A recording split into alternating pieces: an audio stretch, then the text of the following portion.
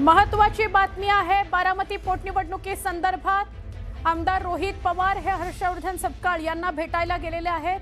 मुंबईतील सर्वोदय आश्रमामध्ये रोहित पवार पोहोचलेले आहेत। बारामती पोटनिवडणुकीबाबत चर्चा सुरू झालेली आहे। रोहित पवार हे हर्षवर्धन सपकाळ यांच्याशी बोलतायत। आकाश मोरे या उमेदवाराला बारामती पोटनिवडणुकीमध्ये सुनेत्राताई पवार यांच्या समोर उभं करण्यात आलंय काँग्रेसकडून।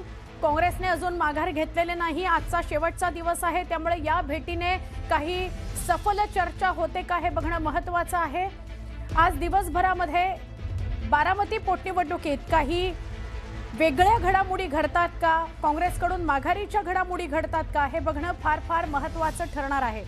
काल सुद्धा सुनेत्राताई पवार यांनी हर्षवर्धन सपकाळ यांना दुसऱ्यांदा फोन केलेला होता आणि बारामती पोटनिवडणूक बिनविरोध करण्याकरता विनंती केलेली होती।